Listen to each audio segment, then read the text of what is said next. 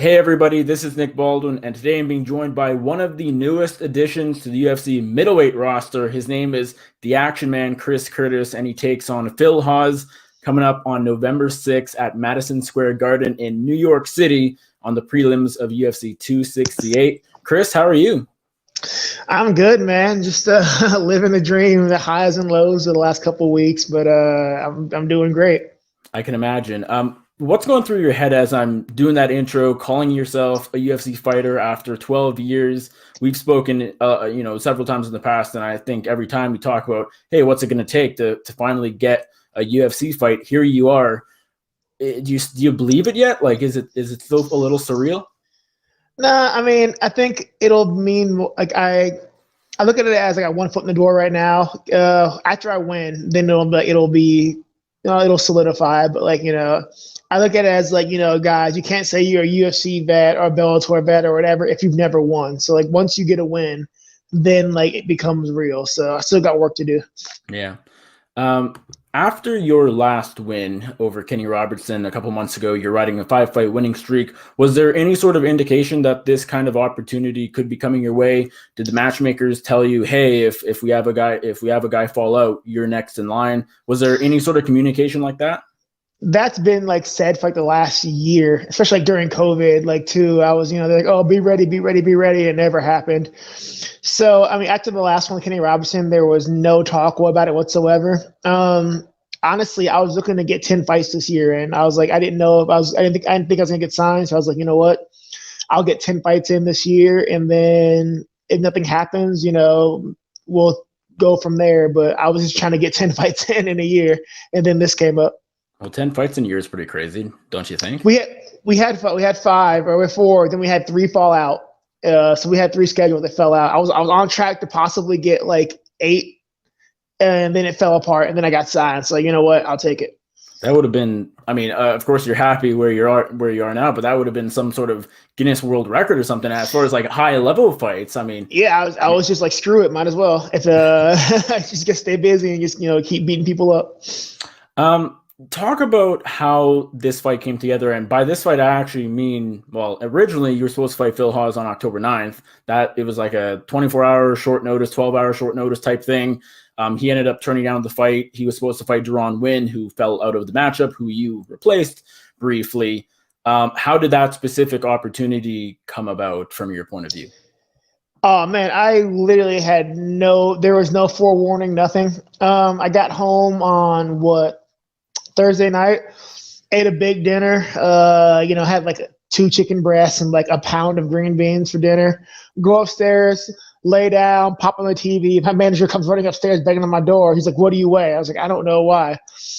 And they made me go check, and I was 197. And he was like, can we make weight 185 by tomorrow? And I was like, for what? And he's like, UFC fight, Phil Hawes. I was like, I can make 185. So it's 9:30. It's 10 o'clock at night. It's 10 o'clock. We start cutting weight. 3 hours later, I was 185. I was 184 3 hours later. No, I was 83, and I drank back up to about 84 and a half. And then we weighed in the next day. And so when did you find out the fight wasn't happening? After I got off the scale. I got off the scale, I weigh in. We go back and start rehydrating. And because it's so short notice, we had to go get a couple medicals done just to because Nevada's like, hey, go get this done right now. And we're waiting to go get medicals done. And actually, I found out in the van on the way to get my eye exam had expired. So they were redoing my eye exam, no problem. And on the way to get my eyes done, the manager's like, okay, there's good news and bad news. I was like, okay, what's the good news? He's like, you're still in the UFC. So by this point, I was like, okay, I know what this means. What's the bad news? He's like, he's not going to take the fight. So I was like, all right, well, it's a really up and down morning, but I guess they kept me on. Big Maynard kept me on, which is really cool. So screw it. I didn't get the fight that day, but we're doing it again, so it doesn't really matter. Did you ask or did you find out how they let this happen? How they let someone cut 12 pounds in a night on short notice and then say the next day, oh, sorry, your opponent didn't actually agree to the fight. How does this happen? I think it was just like from what I pieced together. I think he just verbally agreed, and then he changed his mind. And I think they were more so scrambling. Like, I think they were as surprised as anybody else that he would like change his mind afterwards. So they were more so worried about getting a replacement and getting everything signed off because you get a new guy in the fight. He's already signed. He's just got to sign his name on a piece of paper. But for me, I have to go through like the onboarding, everything else with USADA, all this other stuff, medical clearance. Like, so I think they're more just concerned about getting me to the fight and getting everything done for the commission that they were like, okay, well, he said yes. And then he decided to change his mind. So I think he's kind of surprised. He caught everybody off guard on that one. Do you, as a fighter yourself, do you understand his decision to not want to fight you on 12 hours notice himself? It's a yes and no thing, man. Like, I think I'm more forgiving of it because like, Mick just had to keep me on. And I would have been pissed had I they dropped me like immediately. But as a fighter, man, people were like, the internet's giving him a shit, like, a ton of shit. And it's bad and it's frustrating. But at the same time, I mean, if you spend 8-9 weeks training for one guy and then it changes, like not everybody trains the same for every person. Like maybe he was focused on something else completely. I don't know Phil personally. So maybe he's one of those guys that has to have his head in just the right place just to fight. I mean, who knows? I was more than happy to fight on 12 hours notice, whatever, but every fighter's different. Like, I can't, if he's a guy who needs to be in the right headspace and needs to prepare, I'm not going to like bash him for that. Like, fuck it, man. Like, it's at the end of the day, I'm not paying Phil's bills and nobody else is paying Phil's bills. So like, he's got to do what's best for him. I'm not mad about it. When you got that phone call from your manager that the fight was off, was it more so a sense of disappointment for a few minutes, or was it even then, hey, I'm in the UFC and this time yesterday I wasn't, so it's still not that bad? He was in the car with me, and the crappy thing was I really was excited about fighting. I was like, because, once someone tells you you're fighting, you have to kind of go through some mental changes to get ready for that and everything. So now I'm like keyed up, man. I'm like wired. I'm thinking like, I rest today, I'm going to get ready, blah, blah, blah. I'm going to go. And then, excuse me, they hit you with, oh, yeah, it's not happening. So you're just like, oh, so now it's like, you're full of adrenaline, you got nerves, you're ready to go. I'm somebody who loves to fight, so I'm just like ready to go. And then they're like, well, you have to wait. And, something else will come up. So now you're just kind of like, what do I do, man? All this work and no finish. So you're just like, what the hell, man? We've all had that feeling, bro. It sucks, right? You're just like all the build up and no finish, and you're like, oh, this sucks. So that's October 8th. The fight was supposed to happen October 9th. How long after that did you find out that you'd be fighting the same guy on November 6th? Oh, like 3 days. They were like, hey, they called me. They didn't even ask. They're like, hey, you're fighting Phil Hawes. I'm like, okay. Like, yeah, it wasn't a like, hey, do you want to fight? It's like, no, you're fighting Phil Hawes. I'm like, okay, that's fine. So it was like 3 or 4 days later, they called me. They're just like, yep, fight's on, you're going. So like, let's go. And so I was actually going to ask you, why not ask for a different opponent at 170? Because you usually fight as a welterweight, but you didn't. It sounds like you didn't really have a choice. That wasn't your decision to make, I guess. No, they were like, hey, you're fighting Phil Hawes. I'm like, sure, man, whatever. So I get it though, man. Like, at this point, they know that I'm here, ready to fight, and it'd be a huge pain in the ass for them to have to go try to find a new fight put together. I've already signed for it. So they're like, okay, well, why don't you guys just do it? And I'm like, you know what? Whatever. This is the fight that got me signed. I fought up a weight class before. I fought bigger guys in the past. It's not ideal, but nothing in life is ideal. If you wait around for the ideal situation, the moment to come up is never going to come. And life's going to pass you by. So I think when we do the hard thing and we get out of our comfort zone and we do the things that are hard for us and things that are challenging, that's where we really like define ourselves and how we progress. So let's go, like whatever. So you would have preferred a welterweight fight for your debut, but you'll take what you can get, I guess. Yeah, I mean, it would. I think I shine much better at welterweight. I've been lifting a lot and trying to put a little bit of size and strength on, but I'm not at 85. I'm a very undersized 85er, so it's one of those unfortunate things. I think I perform a lot better at 170, but I'll get in where I'll get in where I fit in, man. So had they called me at 205, I would have done it. Is the plan to? You could fight Paulo Costa there because he can't. Hey, I'll do it. I would have done it if they called me. I'd be like, all right, this is probably gonna suck, but let's go. Is the plan to go to 170 after this fight? We'll see how this one goes. We'll see how this feels. Like, I'm 34 now, man. I'm not as young as some of these new kids coming in. I can still beat the brakes off of most of them, but the training hits you a little bit harder. You recover a little bit slower, and the dieting process takes a lot longer. So we'll see how I feel after this fight.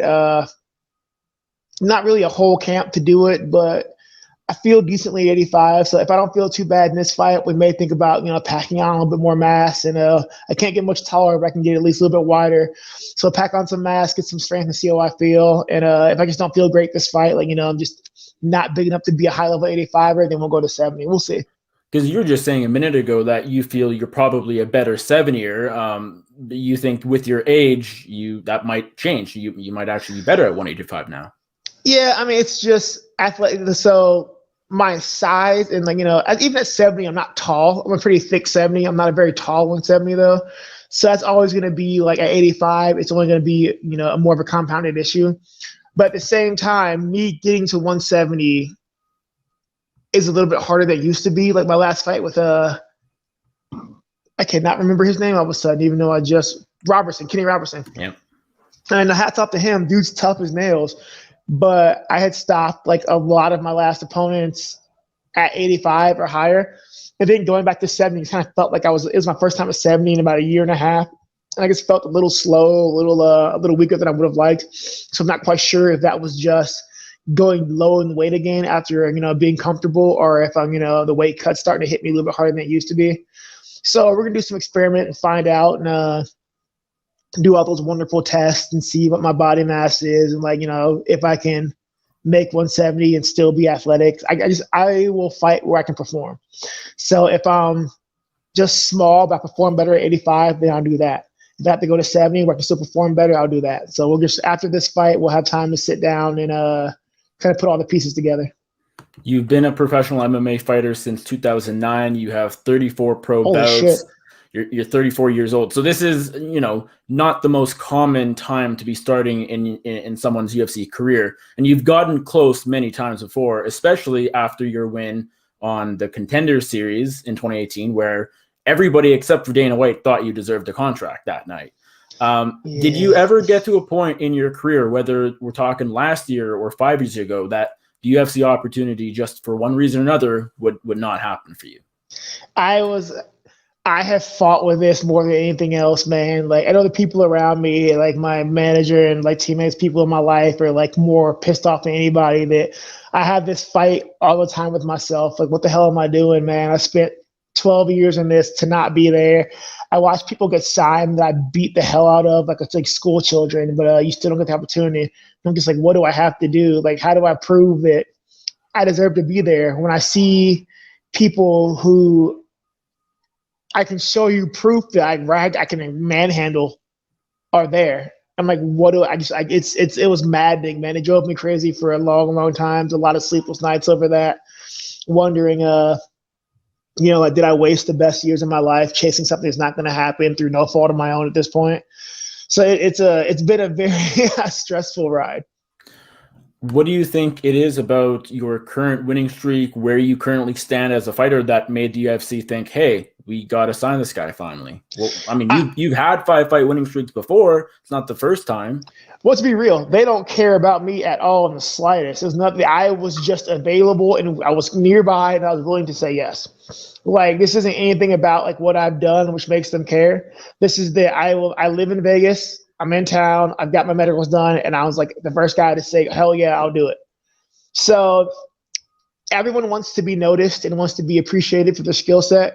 But I mean, I'll take, you know what? I was the first guy to say yes, and first guy willing to do it. And if that's how I get in, fine. Like, I will make them care about me from this point on. But like at this point, as long as I'm in, I'm in. I don't care how. I don't have to be the most touted person coming in. Like, I've got 34 fights. I've done more in this sport than most people already. And like, I still got a lot left in the tank. So I'll make them love me from this point on.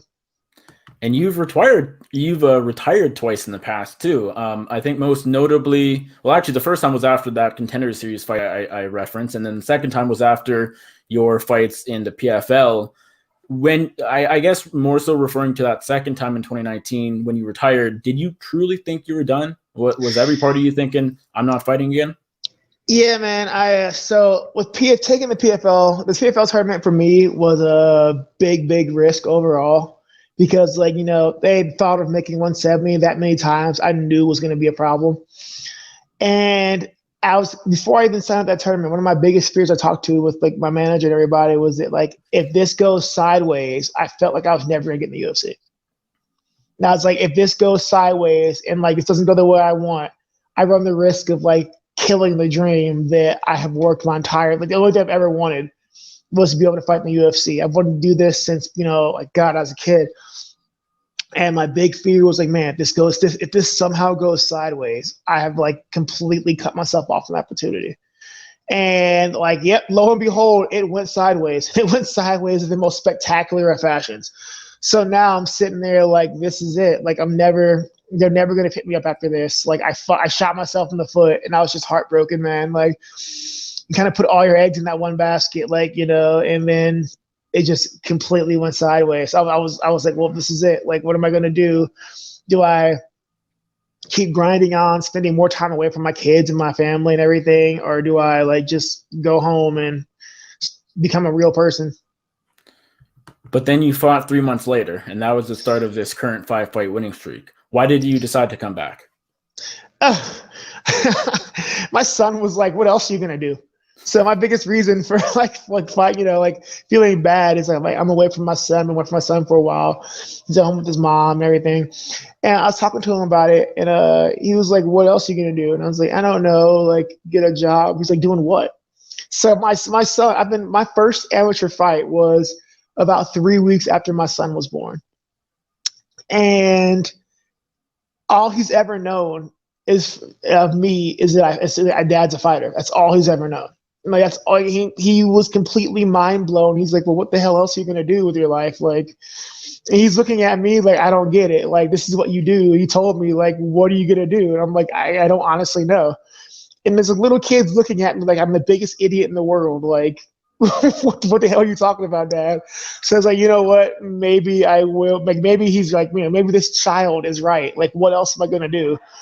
I've invested my entire adult life into one thing, into like my skill set revolves around hitting people. And I happen to have a really good skill set at that, but you can't really market that in too many other areas. So I guess after that fun talk, I'm in it for the long haul.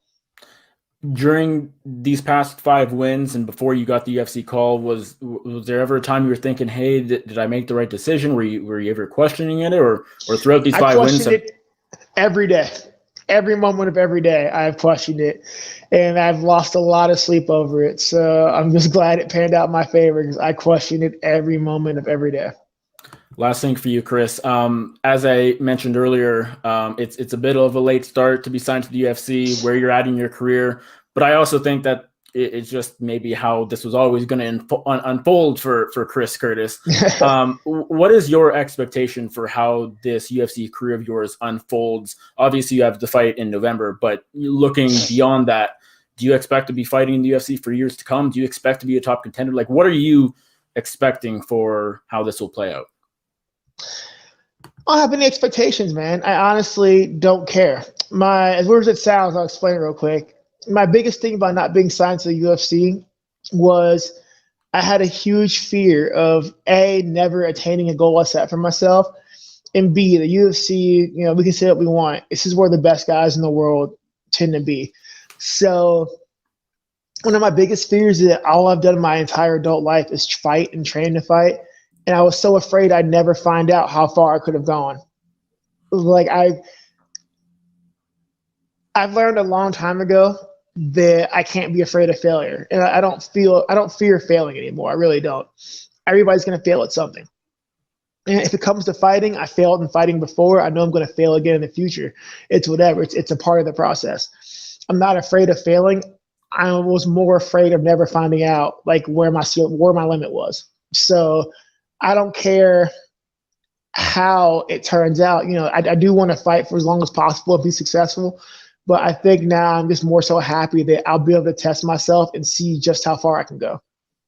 Well, Chris, thanks so much for taking time. I appreciate it. Best of luck to you on November 6th at MSG against Phil Hawes. I appreciate it, man. Thank you. I'll talk to you guys later. All right.